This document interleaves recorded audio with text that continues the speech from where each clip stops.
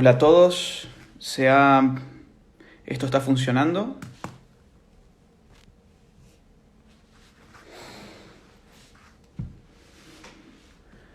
Muy buenas, estamos esperando hasta que Nicolás se conecte,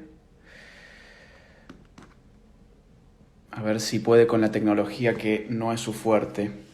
Mientras tanto les comento cómo va a ser la idea de todo esto. Vamos a hacer un vivo con Nicolás, yo desde España y él desde Argentina, desde Mar del Plata. Ahí está Nicolás, veo que se acaba de conectar. Nicolás, tenés que pedirme la solicitud. Tenés que fijarte ahí, tiene que aparecer una opción donde me solicitas el ingreso al vivo. A ver si yo lo puedo agregar.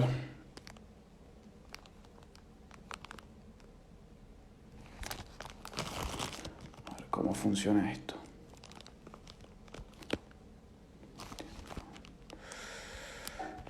Acá estamos. Bueno, uy, ya hay 1000 personas. Espectacular. ¿Cuándo otra conferencia en Córdoba? Bueno, hola Nico, ¿cómo estás? Acá lidiando con la computadora y enojado con vos, ¿Por qué razón?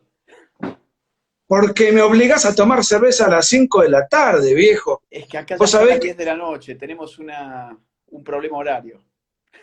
es mi bebida de cabecera, es la única bebida alcohólica que tomo. Pero si arranco a las 5 de la tarde, viejo, a las 8 de la noche estoy en coma 10. Bueno, es para irse temprano una vez a dormir, ya que te vas tan tarde y yo igual, por lo menos. No, lo que pasa es que acá tenemos 5 horas más, acá son las 10 de la noche, y te imaginarás que si hago el vivo, siendo no Salud. sé, salud. Yo ya le puse mi alcohol en gel alrededor de el pico, porque no me gusta tomar la birra en vaso, así que bueno, con todas estas precauciones que te vuelven paranoico, ya debidamente le pasé alcohol a la cerveza. Y la idea es para la gente que está del otro lado, que ya hay 1500 personas, que si quieren acompañarnos con cerveza, bueno, que puedan ir a buscar, abrirse alguna latita, o si no, con un café, con un té, con los que les guste tomar, ¿no?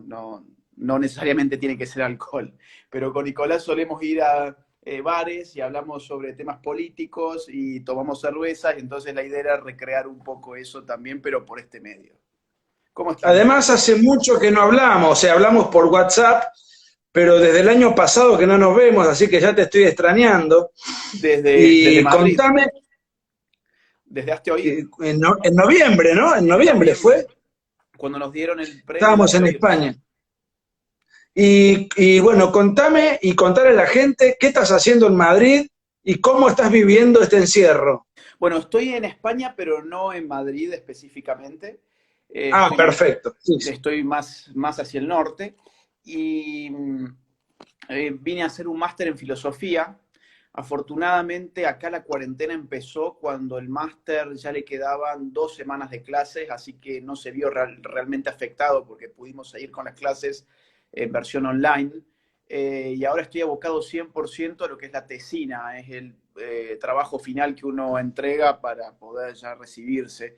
Y eso va a ser para mediados de junio. Expongo digamos, esto que se llama TFM, que es como una suerte de tesis en chiquito, y, y después me vuelvo. Estoy volviendo en julio ya para Argentina. Si todo sale bien, ¿no? Porque uno no sabe muy bien. Y vos que sos un ciudadano del mundo, yo no, yo siempre muy apegado, extraño mucho. ¿Cómo la llevas tantos meses? ¿Estás extrañando o la llevas tranquilo? Mira, extraño el asado terriblemente. El asado terriblemente. Acá la carne de vaca además es muy cara. A veces me doy con el gusto, pero es realmente cara. Para que te des una idea, no sé, una especie de churrasco de 400 gramos te puede salir 9 euros, 10 euros. O sea, para hacértelo vos en tu casa. Así que de vez en cuando uno come carne y eso es lo que más extraño sin dudas. Y también, bueno, familia, amigos, etcétera, ¿no? Pero sí, ya ando con ciertas ganas de estar allá en Argentina y sobre todo en este contexto en el cual estoy todo el día encerrado entre cuatro paredes, estudiando literalmente desde que me levanto hasta que me voy a dormir, mucho más tampoco hay para hacer. Así que bueno, llevándola. ¿Vos qué tal? ¿Cómo va por allá? Y yo la llevo mal, yo la llevo mal. Viste como la vida del escritor es muy solitaria, es ermitaña, o sea que que yo estoy acostumbrado a estar en mi casa trabajando, pero salgo para cuatro situaciones, para hacer deporte, salgo a la noche porque me gustan los pubs y me gustan ver bandas de rock, Claro. y salgo a la cafetería muchas veces para leer un libro y al supermercado. Y ahora solamente salgo al supermercado, que es lo más aburrido que hay, por lo menos para mí, un ratito, y lo demás no, nada. Y además es el único contacto que tengo con un poco de aire fresco y un poco de sol, mínimamente, tardo media hora, y me pongo ansioso, ya estoy fastidioso. La verdad que no pensé que me iba a ver, no estoy Ujú. loco, pero estoy realmente un poco podrido. Hoy Sí. salió en los diarios que después del 13 de abril el presidente iba a flexibilizar. No sé exactamente de qué se trata la flexibilización, pero espero que podamos hacer algunas cosas que todavía nos es vedada, ¿no?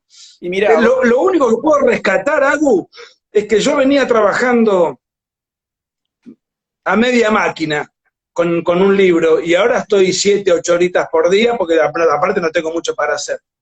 el libro es sobre los 70, ¿no? Un No libro sé. definitivo. Yo los libros sobre los 70 en Argentina, sobre la guerra civil, los escribí hace 15 años. Y mi preparación, mi experiencia era absolutamente insuficiente comparada con la que yo puedo tener ahora. Entonces yo nunca más reedité esos libros y quiero hacer un libro definitivo según conforme la madurez y la preparación que tengo ahora. Entonces le estoy metiendo bastante pata. Para la gente Y, que, que, y para sí, la gente que te conoce no desde las épocas históricas y que más bien nos conoce por el libro negro, es bueno comentarles que vos en verdad tenés tres libros sobre la década del 70 en Argentina, ¿no? La otra parte de la sí, verdad, tenés la mentira, sí, la mentira oficial la mentira y el Vietnam oficial y el argentino. Vietnam argentino. Y aparte sobre el Bueno, Che vos Guevara, también tenés un libro sí, arrancamos con muy mucho revisionismo bueno que salió en histórico. el 2011, Sí. tu primer libro. Exactamente, exactamente. Arrancamos con mucho revisionismo histórico, o sea que ahora sería el libro definitivo ya sobre los 70 para terminar de romper con todos los mitos en danza, ¿no? Y justo en un contexto en el cual se vuelven a poner más o menos de moda por todo esto de las leyes de la memoria histórica que quieren imponer para que la gente no cuente la verdad sobre los 70, ¿no? Y mira, una de las cosas que a mí me impulsaron es el recambio generacional, porque cuando yo empecé y cuando vos empezaste también, la gente que nos leía era gente muy mayor. No sé por qué. Y ahora hay un recambio de chicos jóvenes, muy jóvenes en Argentina y en toda América Latina. Este libro está destinado a los argentinos fundamentalmente, ¿no? Sí. Pero entonces, esos chicos no vivieron cuando yo 15 años atrás escribía, o eran muy chicos, y de repente no tienen a mano una bibliografía. Y yo no edité, no reedité más esos libros, porque me leo a mí mismo y digo, no, esto puede ser mucho mejor hecho. No sé si a vos te pasa cuando lees cosas viejas tuyas Totalmente. y vos mismo decís, no, esto no lo quiero mostrar. Che, ¿y cuándo sale entonces el nuevo libro? Más o menos. ¿Tenés alguna fecha? Depende de lo que dure la cuarentena, porque la cuarentena es lo que me hace trabajar mucho. Qué bueno. Bueno, yo la verdad es que también tengo ganas de seguir con las giras. Teníamos pensado México para septiembre, octubre. Habrá que ver si todo eso después puede seguir en pie, si el mundo se repara y podemos volver Y a bueno, yo tenía los... que estar en Colombia. En este momento tendría que haber estado en Colombia presentando mi libro sobre el Che Guevara. Pero vos tenés hace muchos años escribiendo un libro Sí. que quiero leerlo y que es sobre la batalla cultural. Sí, es un libro ¿Cómo que, venís? Tuviste que hacer un paréntesis ahora. bueno, yo hice muchos paréntesis. Ese libro yo lo empecé a escribir en el año 2015, hacia fines o sea que ya digamos hace casi 5 años, hace 5 años más o menos. Y después tuvo un gran paréntesis ese libro cuando empezamos con el libro negro. Perdón, en el 2014 empecé con ese libro y en el 2015 empezamos con el libro negro. El libro negro salió en el 2016, en mayo, ¿no? Mayo, junio, por ahí.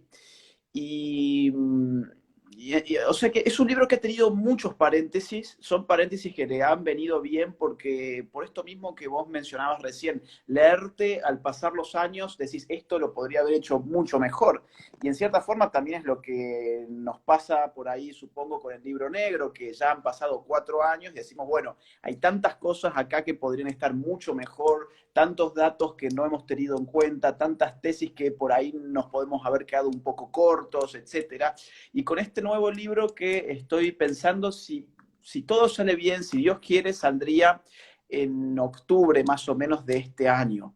Y Ah, bueno, ya lo tenés sí, muy sí, avanzado, muy sí. redondeado. Ahora, digamos, la idea era que saliera en marzo de este año. El problema es que me decidí por hacer el máster y eso yo pensaba, bueno, el máster me tomará por día 6 horas. 6 horas por día y luego 4 horas más por día que le dé al libro y llego para marzo. Y no, no, no, o sea, el máster me ha tomado entre 10 y 12 horas de estudio por día, entonces el libro quedó en un segundo plano, no lo toqué, entonces a partir de junio me voy a poner de cabeza para poder ya darle un cierre y en octubre va a estar saliendo. Y yo te diría que el foco principal va a ser evidentemente las batallas que se dan en el campo de lo cultural, pero con un propósito político bien claro, que es rearmar una suerte de nueva derecha que tenga instrumentos teóricos y en alguna medida también prácticos para dar esa lucha cultural. Así que bueno, va a ser no un libro de crítica como es el libro negro, un libro donde buscas atacar a un zurdo, digamos, sino que va a ser un libro en el cual lo que intentás es rearmar, ¿no? Un cierto espacio. Esa va a ser un poco la idea. Mira, yo esto te lo he dicho en privado, yo sé que vos no querés que yo lo diga acá, pero te lo voy a, como te lo he dicho en privado, yo creo que vos sos el intelectual de la derecha, el mejor de habla hispana. A pesar de tus 30 años, has superado a los contemporáneos tuyos y a los clásicos, a los hombres que ya tienen sus años a cuestas. Cuando Muchas uno gracias. llega a ese, no, pero esto lo hemos conversado, yo te lo he dicho en privado, y así lo considero, y además no creo que sea una desmesura de mi parte. Bueno, cuando vos llegás a esa cima, ¿qué querés seguir haciendo? ¿Consolidando ese lugar? ¿Seguir creciendo a título personal? Bueno, ahora te pusiste en contacto con la filosofía, no sé cómo te llevas, pero cuando vos llegás a esa cima, eh, cuál es el próximo escalón? Ya sé, es el libro, pero a título interior, digo. No, yo creo que la idea del intelectual orgánico, digamos, como hablan los marxistas, y Gramsci. eso es Gramsci, exactamente, Gramsci, ¿no? Que tenía Vos algunas hablás que yo palabras. tomo, ¿eh? ¿Cómo, cómo? Mientras vos hablás, yo tomo. Claro, digamos, el lugar del intelectual orgánico es, digamos, no solamente el punto de llegada, sino además todo lo que en principio yo quisiera hacer. Yo no me veo en un puesto burocrático ni electivo. Por ejemplo, vos suponte que, no sé, surge un partido de derecha y yo voy a unas elecciones y gano, no sé, una banca en el Congreso Nacional y digamos, no, tengo que poner freno a toda la actividad intelectual, tengo que poner freno a las giras que nos permiten llevar un mensaje por fuera de la Argentina, no solamente dentro de la Argentina, sino también por fuera. Entonces, la actividad política práctica creo que está muy bien. Partidaria. Partidaria, exactamente. Electoral, partidaria, dentro de una estructura de partido político, está muy bien para gente que tiene esa vocación. Yo la verdad es que para mí mi vida es mucho más simple, es leer y escribir. Y si lo que escribe uno tiene éxito y habrá que hablar, que es lo que nos pasó con, bueno, en sí con todos los libros, ¿no? Porque una vez que uno saca un libro, después tiene que ir y dar las conferencias y defender las tesis en los medios y debatir, y esa es la parte que menos me gusta, a mí por lo menos. Lo que más me gusta realmente es escribir. Y lo que me gusta de hablar es Eso es lo que que es un reflejo del éxito, ¿no? te quería preguntar eso, pero te adelantaste. O sea, pues uno hace 4 cosas. Escribe, da conferencias, Sí. Va a los medios de comunicación. Bueno, se me escapó alguna otra cosa más, pero esas son las 3. Y leer mucho, sobre todo cuando uno es un ensayista, ¿no? Sí. Lleva muchas horas. Entonces te iba a preguntar cómo es el orden de prioridades de lo que más te gusta a lo que menos te gusta. Queda claro que lo que más te gusta es escribir. Escribir, leer, dar conferencias y medios de comunicación es lo que menos me gusta, definitivamente. Es lo- Sí, Bueno, vos no, sabés que a no. mí me gusta, ¿A vos? ¿A vos? pero los debates, no, a mí me gusta escribir. Leer, y sobre todo leer cuando tengo el libro cocinado, porque todo lo que leo es para alimentarlo, para darle nuevos datos, para enriquecerlo. Dar conferencias me gusta, lo que pasa es que las giras son agotadoras, me gusta dar Sí, conferencias. Y ir a sí, la televisión o a la radio también depende, porque si es un reportaje a título individual, es más relajado. Cuando te ponen enfrente panelistas o adversarios, lo disfruto, pero después de que terminó el programa. Mientras dura el programa es una adrenalina, ¿viste? Pesada. sí, sí, Además sí, que sí, siempre te sí. ponen emboscadas, siempre te ponen emboscadas. Y estás cercano, o sea, ahora que... no, yo coincido con vos en el aspecto de la militancia partidaria. Yo, de hecho, alguna vez milité en la facultad y en algún partido, hace ya muchísimos años, era muy joven, pero y esto lo voy a decir sin soberbia, y tampoco es un concepto absoluto. Y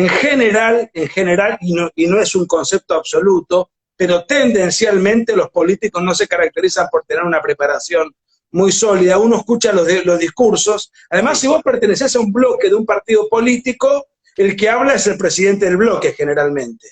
Y además está más o menos obligado a levantar la mano en función de las decisiones políticas del partido. O sea, perdés muchísima libertad. totalmente. Y un escritor es de alguna manera un personaje, es un llanero solitario, a lo cual yo le agregaría, y eso es muy lindo, el hecho de poder explayarte sin condicionamientos. Y hay una cosa que yo siempre digo que tiene que ver con lo siguiente. Escribir en una editorial tradicional te condiciona mucho, te condiciona desde la tapa hasta la forma narrativa, hasta te recortan cosas, ¿no?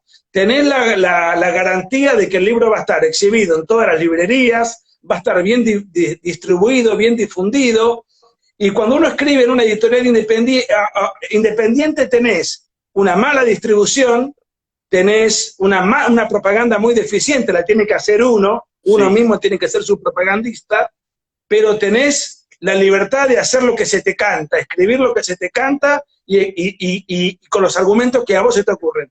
¿Vos qué preferís? bueno, a vos por escribir lo que se te canta te han atacado mucho con los adjetivos que usás, ¿no? Vos sabés que hay un tema que tengo con los adjetivos. A mí se me ha acusado en ciertas fracciones del ambiente liberal de no ser liberal por usar adjetivos. Eso es una estupidez. Primero que hay muchos liberales históricos que usan adjetivos terribles, por ejemplo, en Rand, y Sí, yo no soy randiano, pero parásitos. usa Sí, parásitos.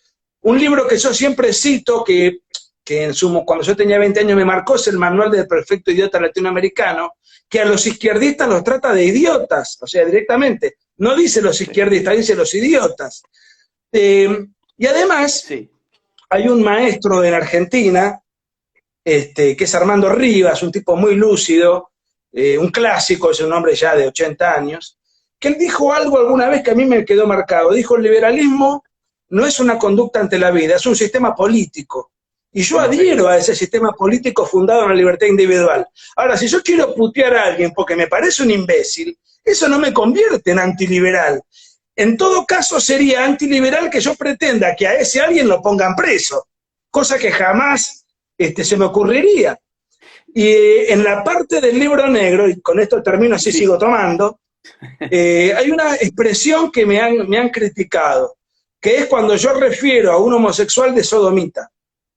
La palabra sodomita históricamente no tuvo ninguna connotación peyorativa y el diccionario tradicional dice que es cualidad de homosexual. ¿Por qué la he usado con insistencia? Porque los lobbies le han impuesto a la Real Academia Española que cambie el sentido y que diga que es una connotación peyorativa. Ahora los lobbies quieren incluir, valga la redundancia, el lenguaje inclusivo en la Real Academia Española. Entonces, cuando se me ataca, los que me atacan son funcionales al léxico del marxismo cultural o de la ideología de género. Entonces yo, como una suerte de rebeldía, uso esa palabra, pero a mí no me convierte en antiliberal, porque yo no pretendo que a alguien que tenga una conducta que yo puedo estar en desacuerdo, sea prohibida. Entonces hay una suerte de... Y una sola cosa más, Agustín. Sí. Yo adjetivo nuestro común amigo, a quien le mandamos un cariño, Javier Milei, no adjetiva, directamente te putea. Entonces, con ese criterio, Javier Milei no es liberal. ¿Quién puede negar que Javier Milei no sea un liberal influyente, afortunadamente, en un montón de gente? ¿De dónde está escrito que el liberal tiene que ser un tipo modosito, de un léxico pusilánime, sin salirse del catecismo políticamente correcto? ¿Dónde está escrito? No, y yo, digamos, quiero sumar un par de cosas más. Por otro lado, que yo sepa, vos nunca te asumiste como liberal. Digo, nunca te quisiste poner el logo y nunca fuiste con el carnet de identidad de, bueno, yo soy parte del club, porque cierto liberalismo hace las veces de un club social más que de otra cosa, ¿no? Entonces, o sos parte o no sos parte. Y la verdad es que tanto a vos como a mí, la verdad es que siempre nos dio exactamente igual ser parte o no ser parte de un club. Entre otras cosas porque nunca vimos que, no sé, ese modelo fuese a tener éxito político y bueno, son cosas que no vienen ahora al caso. Pero el tema del sodomita, vos fíjate que incluso está usado así en libros de Foucault, siendo Foucault uno de los pioneros, no solamente de la ideología de género, sino de la teoría queer, que es lo más radical que tiene la ideología de género. De hecho, todo el movimiento queer lo tiene a Foucault y sobre todo en sus 3 tomos, que ahora son 4 porque acaba de publicarse un último tomo que estaba por ahí escondido, de la historia de la sexualidad. Allí Foucault habla cuando describe la homosexualidad en el siglo XIV, XV, sobre la sodomía, por ejemplo, y sobre los sodomitas. Y bueno, digamos que pensar de que el Foucault en ese caso lo está usando como para insultar a los homosexuales sería como bastante tonto, ¿no? Pero lo más Sería tonto de un todo... autoinsulto. Sería Y aparte sería... un autoinsulto porque Foucault era homosexual. Ay, claro, claro, murió de hecho de SIDA en el 84. Pero más allá de eso, a mí lo que me llama la atención es que en el fondo yo creo que hay un problema de ideas fundamentales, ¿no? Porque se ha generado esta idea de que uno violenta la libertad del otro si no respeta al otro, lo cual es un absurdo.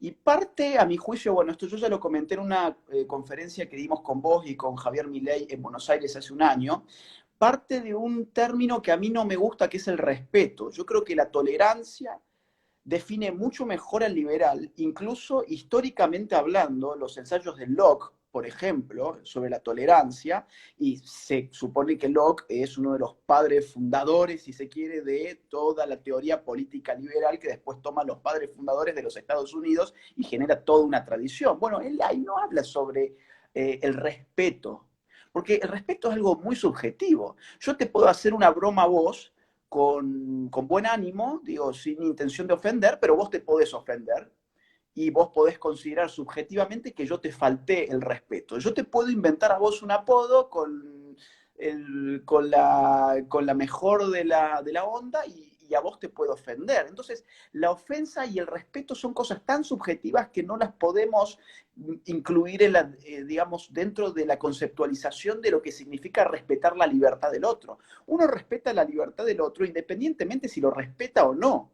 Y digamos, a ver, la libertad de otro no está puesta en entredicho cuando uno irrespeta o respeta. Está puesta en entredicho cuando uno pretende usar la fuerza para evitar que esa persona despliegue su proyecto de vida dentro del marco de la ley. Obviamente, digamos, la fuerza se aplica cuando esa forma de vida va en contra de la ley, va en contra de la vida, de la libertad, de la propiedad de los otros, obviamente. Entonces, es muy fácil tolerar aquello que uno aplaude, pero no es nada Claro. fácil tolerar aquello que a uno le desagrada, como puede ser tu caso. Digo, vos ponés un adjetivo en el cual te referís de una forma específica, por ejemplo, no sé, a Florencia de Levé, por decir algo. ¿A vos te desagrada? A mí me Florencia, desagrada también. aclarémosle a los que no son argentinos que Florencia de la B es el travesti multimediático, exitoso, famoso en Argentina. Es el travesti por definición, ¿no? Exactamente. Entonces digo, digamos, quien realmente está a favor de la libertad no es aquel que dice, bueno, la verdad es que me parece un espanto, digamos, ¿no? Listo. Eh, Sino que está incluso, digamos, estaría en entredicho la libertad de este sujeto si yo, digamos, usara al Estado para indicarle cómo tiene que percibirse, con quién se tiene que acostar y ese tipo de cosas, que no es ni tu caso ni el mío. Pero se ha generado toda esta estupidez de, bueno, no, de que como Nicolás utilizó un adjetivo que es peyorativo, y yo vuelvo, perdón, al caso de Ayn Rand. ¿No han leído a Ayn Rand? Digo, porque Ayn Rand trata, por ejemplo, a los que piden por la calle que le des una limosna, los trata de parásitos, directamente, parásitos. Y digo, o sea que cuando uno usa un adjetivo tan fuerte como ese, ¿deja de ser liberal? No, dejas de respetar la libertad de otro cuando querés usar el Estado para indicarle al otro qué tiene que hacer, siempre y cuando ese hacer esté, digamos, dentro del marco de lo legal, ¿no? Entonces, en fin, es una discusión tonta en el fondo porque los argumentos son tontos, ¿no? Pero es insistente, ¿eh? Es una cosa que siempre está presente. Además, el ejemplo tuyo de Ayn Rand, yo no creo que aquel mendigo sea un parásito. Es un parásito en tanto y en cuanto me esté chupando mi riqueza contra mi voluntad. Si Claro, yo decido darle una ayuda, es una suerte de acto de humanidad que me surge a mí, de sí, ayudar a alguien que por diferentes motivos me dio o lástima, lo que fuere. Tampoco es un parásito, pero claro. claro, te iba a comentar algo, pero viste, yo ahora este mes cumplo 45. No sé si lo voy a cumplir con o sin cuarentena para hacer unas pizzas con mis amigos.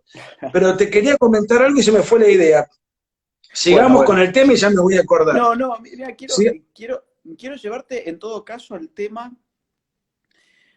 político, porque el otro día me pusieron en una historia, en el vivo que hicimos con Javier Milei, algo así como aprendo mucho más viendo este tipo de vivos sobre política que mirando los programas de la televisión supuestamente políticos. Y la verdad es que me impactó, digo, porque es cierto, Es un elogio. sí, y aparte de ser un elogio, eh, es cierto que los programas políticos son muy pobres. Digo, es un conjunto de información que no te forma, te da dato, y el dato está bien, pero el dato tiene validez en el marco de una coyuntura muy específica, ¿no? El dato vale sobre todo en la medida en que vos lo podés articular como forma de pensar la realidad, y eso es lo que no dan los programas de la televisión. Los programas de la televisión no discuten ideas, discuten informaciones, y las informaciones obviamente deben estar encastradas con las ideas porque si no tenés ideas que están en el aire, que no están encarnadas empíricamente. pero lo que hay mucha gente que está buscando es eso, más allá de los datos, los análisis fundados en la discusión de las ideas, y es lo que yo creo que podemos ofrecer también a través de este canal, y creo que después de la pandemia va a haber un cambio cultural enorme en el uso de las redes sociales. Si ya venimos viendo, digamos, un cambio en cuanto al uso y abuso de las redes sociales, después de la pandemia va a ser todavía peor. Si hay algo que me reconforta de todo esto, es que los medios tradicionales, sospecho yo, que cada vez van a ir siendo más puestos en cuestión, ¿no? Hay mucha gente que ahora tiene tanto tiempo en su casa que ya no simplemente pone TN o lee diario Clarín o diario no, sino que están buscando influencers por YouTube, están buscando diarios alternativos, información alternativa, y fíjate la cantidad de gente que acá tenemos mirando esta conversación tan simplona, ¿no? Así que si querés hablamos un poco sobre los temas políticos. Sí, ahora me acordé lo que te iba a decir y discúlpame que retrotraiga un minuto nomás. Respecto de lo que vos decías del respeto, la tolerancia, esa suerte de distinción que no es menor. Hay una definición que a mi juicio es desacertada, que vos lo tocaste cuando estuvimos en el teatro con Milei hace un año, que es decir que el liberalismo es el respeto irrestricto, etcétera, etcétera, por el proyecto de vida del otro. Eso es desconocer el concepto el instinto de sociabilidad del ser humano y es desconocer la vida en comunidad. Porque, vamos a poner un ejemplo, yo tengo un automóvil y mi proyecto es manejarlo a 250 kilómetros por hora. Bueno, pero eso sí puede ser mi proyecto de vida y en principio, por ahora no estoy matando a nadie, pero es un disparate. Ahí tiene que haber una regulación estatal que me diga, mire, usted no puede manejar más allá de esto, hay semáforos que cumplir, hay agentes de tránsito que me ponen una multa si yo estoy utilizando semejante nivel de velocidad. Ahora, entonces, no es irrestricto. En la medida de lo posible, Sí. como tendencia, hay que respetar la libertad individual, pero existen reglamentaciones razonables, racionales a la libertad. Por eso esa definición, además de tu concepto, yo le agregaría esto otro. En la vida en comunidad existen muchas restricciones que se deben respetar. Por ejemplo, ¿cuándo tenés que cruzar una calle? Claro. Y no me parece mal, porque si no vivimos en una suerte de situación anómica. Eso era Sí, solo lo que te quería contar que me había olvidado hoy. sí, y que parte un poco también de tener modelos antropológicos y sociológicos muy pobres, ¿no?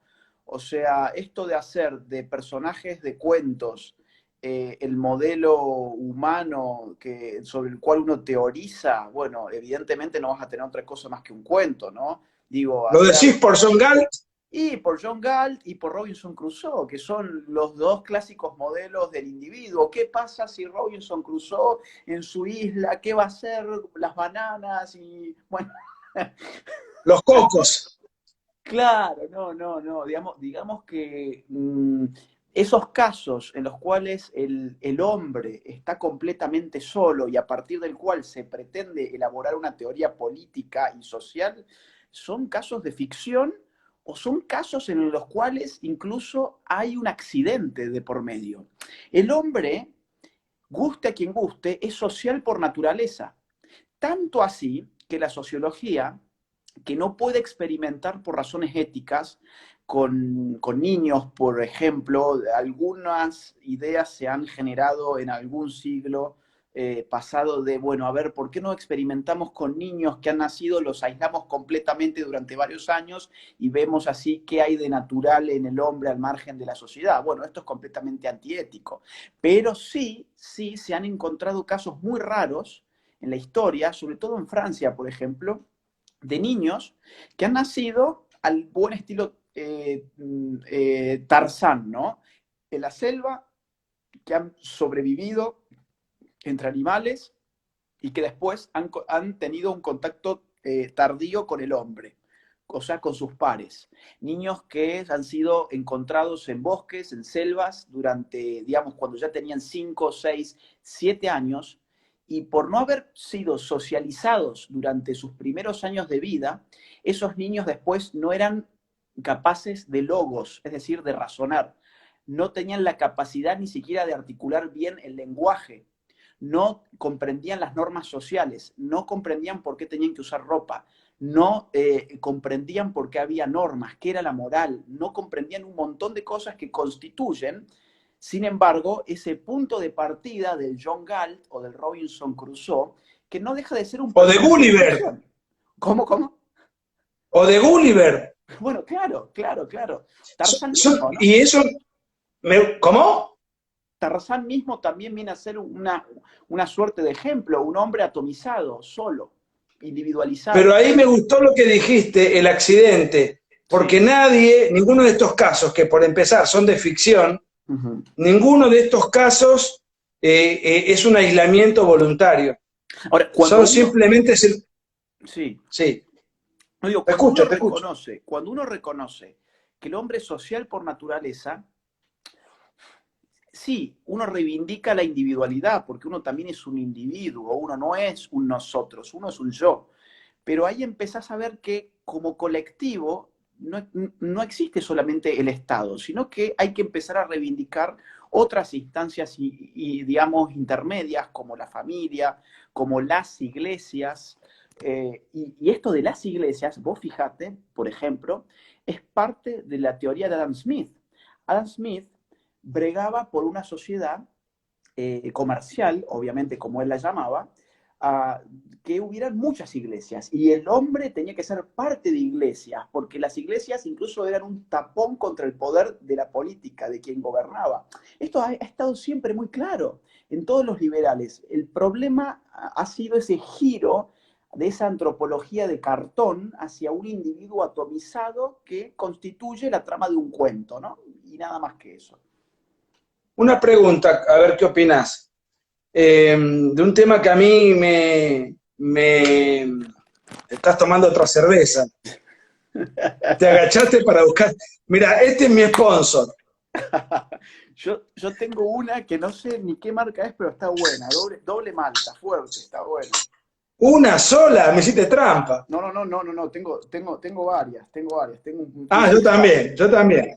No, y no, vos sabés sí. que hay un tema que a mí me preocupa, que me parece que se repite el patrón en el grueso de América Latina, en Argentina desde ya, que es el economicismo. No está mal defender la libre empresa, la libre iniciativa, el mercado, pero en general las ONG de sectores liberales, que dicho sea de paso no sirven para nada, pero esa es una cuestión aparte, que no quiero entrar en eso ahora. ¿Por qué la insistencia en reducir, circunscribir todo el análisis liberal en función de un análisis economicista? Y el grueso de la inmensa cantidad de frentes de batalla que tenemos en esta batalla cultural, yo estoy seguro, todavía no te leí, estoy ansioso por leer tu próximo libro, pero estoy seguro que a la economía le dedicarás un párrafo menor, o mejor dicho, no es la protagonista de tu libro. No es que no sea importante, pero yo creo que está primero la batalla cultural y después la económica. Mira, Y sí, en ese orden de prioridad. te voy a aumentar la apuesta. Eh, no solamente eso es porque, bueno, no, vos o yo hayamos visto que la economía es una cosa importante, pero que además hay otros factores importantes, sino que los propios padres del pensamiento liberal, aún insistiendo en nosotros que no nos hacemos cargo de ser parte del club, nos da exactamente igual, y esa es la pura verdad. Entre paréntesis, Agu, Sí. Adam Smith no era economista. Bueno, a eso iba, justamente.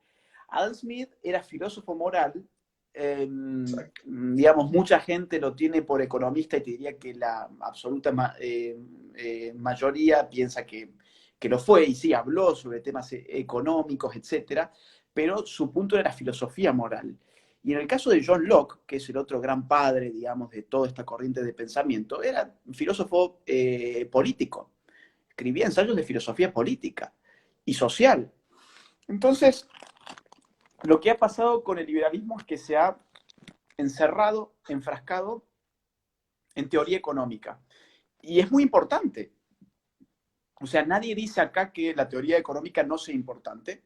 Es importante, obviamente, pero no lo es todo. A ver, te voy a poner un caso. Fíjate lo que pasó con los jubilados ahora. No sé si viste, bueno, sí, seguramente que lo has visto, pero para la gente que no está, digamos, al tanto porque no es de Argentina, se amontonó miles de jubilados en las colas de los bancos para tener una suerte de cobro de algunos pesos, no era mucho tampoco, ¿no? No sé si era un sueldo, si era como un subsidio que le daba el Estado, eso no lo tengo tan claro. No tenían que cobrar la jubilación. Cobrar la jubilación, ok. Entonces, ¿qué pasa? Toda esta gente, pero también había planes sociales de por medio, creo, porque no había solamente jubilados. Exactamente. También había planes Sí, sociales. señor. Entonces, toda esta gente no sabe usar un cajero automático, toda esta gente no sabe usar una tarjeta de débito, toda esta gente no tiene la más remota idea de qué es home banking ni nada de eso. Y el Estado jamás ha implementado ninguna política pública para educar bancariamente a la gente, con lo cual se podría haber evitado, por ejemplo, esto que sucedió hace 2 o 3 días en Argentina. Ahora, ¿en qué sí puso plata el Estado argentino para educar a la gente? En, por ejemplo, lenguaje inclusivo, ¿no? Entonces, tenemos lenguaje inclusivo, tenemos un programa que se llama TODES, que empezó durante la era Macri, y que esto quede bien claro también. Y bueno, la gente sí se enteró de que estaba muy mal decir todos, y estaba muy mal decir todas, y que tenía que decir todes. Ahora, ¿eso sirvió de algo? ¿Eso generó algún cambio real? ¿Eso ayudó a alguien? No, o sea, ¿a qué voy? Que ahí tenés un caso claro de cómo la cultura importa, sin reducir a lo económico. Jubilados y gente de bajos recursos no tienen la más remota idea de cómo usar una tarjeta de débito, nunca nadie les ha educado, nunca nadie les ha enseñado cómo se hace, pero mientras tanto, si prendían la televisión, tenían todo un curso disponible todas las semanas para ellos de cómo hablar el lenguaje inclusivo, ¿no? Y esa lucha que nosotros damos, que es intangible, hay mucha gente que no la ve, porque evidentemente lo que uno ve es su cuenta bancaria, siente lo que tiene dentro de su bolsillo y parece ser que es lo único que importa. Pero en el fondo la economía misma se sostiene sobre las ideas. Y si no, fíjate qué pasa en Chile. En Chile el modelo económico se ha puesto en jaque mate prácticamente, se va a caer ese modelo que ha hecho grande económicamente hablando a Chile, no porque tenga una crisis económica, sino porque tiene una crisis cultural. Y bueno, no se vio a tiempo. Y esas cosas son así, son muy lentas, pero cuando ocurren son irreversibles, ¿no? Bueno, mira, bueno, en Argentina pasó, me parece que también en Colombia, no conozco exactamente lo de Perú, aunque vimos, no sé si lo viste, al presidente del Perú, balbuceando, diciendo que determinados días pueden salir a la calle los hombres, determinados días pueden salir las mujeres, y después termina con muy poca claridad diciendo, bueno, el que se percibe de una manera u otra, nosotros somos inclusivos, y me llamó la atención porque ahora que estamos en estado de emergencia, ya la ideología de género por ahora y transitoriamente ha quedado marginada. Sí. Pero me impactó esto que dijo el presidente de Perú, perdón, no sé si lo has visto. Sí, lo he visto y me parece incluso ridículo, y el tipo incluso se lo ve incómodo. Para la gente que no sabe del otro lado, ¿no? El tipo dispone que va a salir a la calle según días, eh, hombres o mujeres. Y luego se da cuenta, o alguien le avisa, o seguramente le habrán dicho antes, que bueno, pero tenemos un gran problema, que es que el gobierno está hace rato queriendo imponer la ideología de género, y según la ideología de género, el sexo no existe, el sexo simplemente es género y el género es una autopercepción. Entonces yo soy hombre o mujer o lo que yo quiera hacer en función de mi autopercepción. Y ahora cuando estamos frente a un problema real, vos fíjate, ya nadie está hablando de les contagiades, les enfermes, les médiques o esas estupideces. Pero un presidente que hace las veces de estúpido, sin lugar a dudas, después de anunciar que hombres salen tales días, mujeres salen tales otros días, se da cuenta que le han quedado cientos de géneros afuera. Y entonces, claro, dice, bueno, pero como somos un país inclusivo y un gobierno inclusivo, de acuerdo a cómo cada uno se autoperciba, entonces podrá salir, y entonces todo lo que dijo, todo lo que escribió con la mano lo borró con el codo. Porque, ¿qué pasa, por ejemplo, si yo soy género fluido? Género fluido es aquel que, bueno, hoy me despierto sintiéndome como una mujer, mañana como un hombre, pasado, no sé, qué sé yo, eh, como un tigre, qué sé yo, no me da mucho la imaginación tampoco. Y bueno, o sea, yo puedo salir todos los días porque es tan simple como que al policía que me detenga por salir en el día que no me corresponde según mi sexo, yo le diga, bueno, escúcheme, señor, yo soy género fluido. Entonces usted me tiene que respetar porque lo que el señor presidente de la nación ha dicho es que Perú es un país inclusivo. No, Perú es un país que tiene a un estúpido llevando el mando del Estado, nada más. Digo, ya en esta crisis mundial, seguir con estas tonteras del género no puede sino generar, valga la redundancia, eh, problemas con los asuntos urgentes, ¿no? Digo, estar con el tema del lenguaje inclusivo, la autopercepción, cuando lo que hace falta son médicos, respiradores, hospitales, pruebas, tests, etcétera. Bueno, sí, yo lo vi y la verdad que también invito a la gente que no lo haya visto que lo vea, es patético. Un ejemplo de laboratorio. Supongamos que yo estoy en Perú. Hoy pueden salir a la calle las mujeres. Yo salgo porque digo que me autopercibo mujer. El policía, cumpliendo su función, me detiene y o me quiere llevar preso o me quiere obligar a ir a mi casa. Y yo le estoy diciendo que yo me autopercibo como mujer y que él es un homofóbico y que él me está discriminando, etcétera, etcétera, etcétera.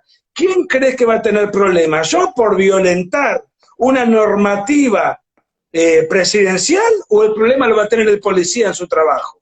Efectivamente. Y entonces, ¿qué va a pasar? Porque como yo me siento herido en mis sentimientos, el problema lo va a tener el policía. Como dice Ben Shapiro, a los hechos no le importan tus sentimientos. Entonces estamos viviendo la dictadura de los ofendidos, que es una cosa subjetiva. Pero aunque yo me ofenda, y mala suerte, tengo doble trabajo, ofenderme y desofenderme. Pero, pero bueno, esto es lo que está pasando Mira, y perdón, no se advierte el riesgo. hay alguien en el chat que dicen, Agustín, acaban de sancionar a un policía por detener a un trans. Claro, un trans que salió en un día en el cual los hombres no podían salir. Y yo vi algo sobre ese caso, ¿ah? Un trans con su DNI de hombre y en efecto biológicamente es un hombre y entonces se le pidió que no saliera y ahora el policía seguramente le espera todo un proceso cuando esto finalice, ¿no? Es una cosa que... Agustín, vos estás Sí, estudiando la batalla cultural y tratás de encuadrar a la derecha. Yo calculo que tu trabajo debe ser complicado porque las noticias debe tener mucha actualidad, ¿no? Es un trabajo de actualidad. Porque yo estoy escribiendo sobre el pasado y el pasado está congelado, más sí. allá de que después se puedan descubrir cosas, pero me resulta relativamente fácil porque estoy estudiando sobre un periodo histórico que ya pasó. De ahí le doy mi enfoque y mi paradigma. Pero lo que vos estás haciendo es, sospecho, porque quiero leerlo, pero todavía no tuve acceso al material, es trabajar sobre el presente. Sobre el presente. Sí. ¿Cómo? Entonces, seguramente tendrás que estar más o menos ayornando tu texto en función de las novedades. ¿Cómo ves a la derecha en este momento en Occidente? ¿A qué conclusiones vas arribando? ¿De qué se trata todo esto? Mira, a ver, el libro tiene una parte de mucho análisis histórico también, pero efectivamente hacia el final ya llega a la actualidad, ¿no? Pero para que te des una idea, incluso hay estudios sobre los egipcios, sobre los sumerios, hay mucho de la Grecia antigua, hay mucho de la Edad Media, o sea, um, es un libro que tiene demasiados periodos históricos, pero finalmente llega hoy. ¿Y qué pasa con la derecha hoy? Yo la veo de la siguiente forma. Creo que hay una nueva derecha que ya existe políticamente, pero lamentablemente no ha cristalizado todavía en una doctrina o en un conjunto de ideas sistemáticas organizadas por intelectuales que tengan ese rótulo, nueva derecha. Todavía hay mucha gente muy dispersa, elaborando ideas, analizando la realidad en el mundo hispanohablante. Bueno, vos, yo, Javier Milei, eh, eh, bueno, digamos, también hay mucha gente que está haciendo también otro tipo de cosas como Danan. En España está lleno de youtubers que también están generando mucha comunicación, sobre todo. En el mundo anglosajón, obviamente, Ben Shapiro, Jordan Peterson, entre otros. Entonces yo veo que políticamente está claro que hay una nueva derecha, que configura una triada, ¿no? Que es Estados Unidos, España con Vox, Estados Unidos con Donald Trump, Brasil con Bolsonaro. Esa es la tríada de la nueva derecha hoy en día en términos políticos. Ahora, ¿cuáles son las ideas que está bebiendo esa nueva derecha política? ¿Cuáles, digamos, por ponerlo por hablar en términos neutros de ideología, cuál es la ideología de la nueva derecha? Bueno, todavía hay una dispersión de intelectuales que están contribuyendo a ciertas ideas, pero no hay un sistema, todavía no hay un sistema, todavía no hay una identidad intelectual, todavía no hay una teoría. Y ese es un problema, y eso es lo que hay que hacer de alguna forma, es eh, avanzar lo intelectual para alcanzar, si esto fuese una especie de carrera, y lo político va por delante de lo intelectual, lo que lo intelectual y lo que lo teórico tiene que hacer ahora es alcanzar a esa manifestación política, porque puede haber una retroalimentación enorme entre una derecha con poder político, Estados Unidos, Brasil y España, en el caso de Vox, que es tercera fuerza nacional, y pensadores de una nueva derecha que estén discurriendo sobre esos asuntos. Y eso es un poco lo que falta, ¿no? O sea, es como que la política ha ido mucho más allá que lo intelectual, porque lo intelectual se ha quedado mucho en lo económico. Por eso la urgencia, creo yo, de este libro también, ¿no? Poder empezar a ver que la historia importa, poder empezar a ver que la moral y la ética importa, poder empezar a ver con Roger Scruton, por ejemplo, que lo bello importa por sobre lo feo. Eh, Son muchos temas que han quedado muy de lado hace mucho tiempo. Que la antropología importa para no seguir con cuentos de ficción, ¿no? Hablando sobre el hombre. Así que así es como yo lo veo. Yo creo que hay mucho para hacer desde el punto de vista intelectual. Y político también, solamente que yo no nos veo a nosotros dos mucho en ese campo. Creo que nos sacarían de una patada. No, bueno, pero uno puede llevarle al político argumentos.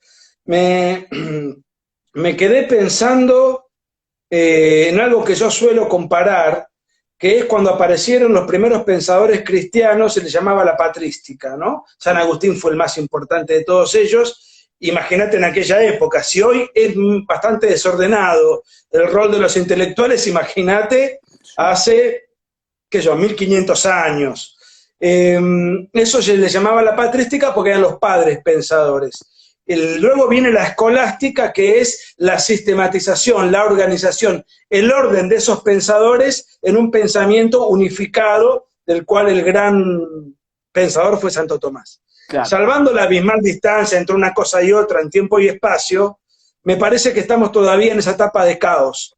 Y por eso creo que tu libro, y ya te saqué mucha información sobre tu libro, seguramente va en ese sentido, ¿no? A buscar una suerte de catedral organizada de parte de todo ese pensamiento. Y el otro punto que a mí me preocupa, y que creo que lo hemos conversado seguro, es el hecho de que la derecha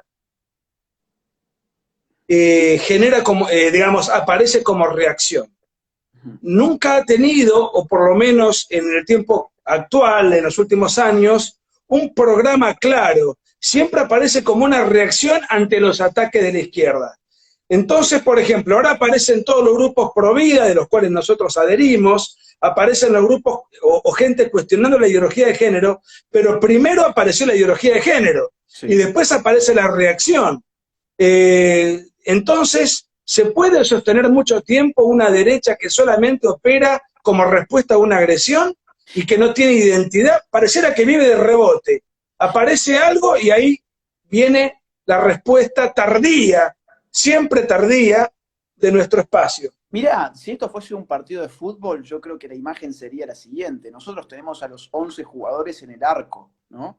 Tenemos a los 11 jugadores intentando sacar los goles. Y necesitamos ya empezar a desplegar otra táctica en la cual también haya una suerte de contraataque.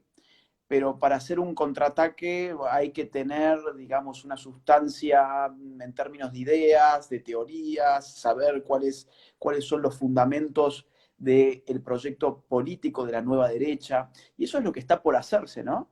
Eh, y de alguna forma también generar una articulación eh, donde, donde los nacionalistas también puedan estar dentro de esto, ¿no? O sea, donde no solamente liberales más conservadores, sino también los nacionalistas. Porque lo que se viene en el mundo es bastante jodido, yo creo. Es la predominancia de organismos internacionales frente a los cuales va a haber que oponer el Estado-Nación. Y va a haber que reivindicar la nación. Va a haber que reivindicarla frente a un imperialismo global, y de esto saben muy bien los nacionalistas. Entonces, ellos también obviamente forman parte dentro de esta triada, que vos la expresaste muy bien en aquella charla de hace un año con Javier Milei, ¿no? O sea, con cierto tipo de nacionalistas que pongan el amor por la patria por sobre el amor al Estado, o algo más o menos así habías dicho, ¿cierto? Sí, creo que había dicho que hay que armonizar una suerte de alianza o de comunión donde haya liberales que comprendan y adhieran a que la vida empieza desde la concepción, conservadores que entiendan que la tradición tiene que estar al servicio del progreso, y nacionalistas que no confundan el amor a la patria con el amor al Estado. Ese es un poco, muy sintéticamente, una especie de aforismo que a mí me Sí. gustó decir, porque bueno, es un poco lo que hoy se está discutiendo. Mira, yo creo que ese tipo de aforismo así tendría que arrancar una suerte de manifiesto de la nueva derecha.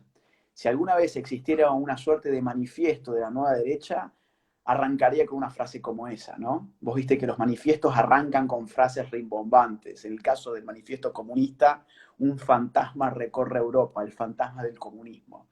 En este caso sería esto que vos acabás de exponer y que fue lo que más pegó de esa charla. De las 3 charlas que se dieron en Buenos Aires y que la gente las busque ahora que tiene tiempo por YouTube y que las mire, en el canal de Cruz del Sur está, de nuestro amigo segundo, bueno, son varios chicos los que integran este centro de estudios que se llama Cruz del Sur, lo buscan por YouTube y pueden verlo. Y lo que más le quedó a la gente, y yo me di cuenta por toda la repercusión de los comentarios y por las redes sociales y demás, fue esa frase. Esa frase yo creo que tiene que ser algo así como el punto de arranque, ¿no? O sea, el centro, digamos, como el prólogo de lo que tiene que ser la nueva derecha, el fundamento. Y bueno, está por hacerse. Y creo que nos quedan 2 minutos nada más, ¿eh? Porque ya son las 58. Bueno, entonces una pregunta muy rápida. ¿Cómo se ve la Argentina desde la madre patria? ¿Se la ve mal? ¿Se la ve o no se la ve? Directamente no existimos en el concepto de las naciones y nadie opina.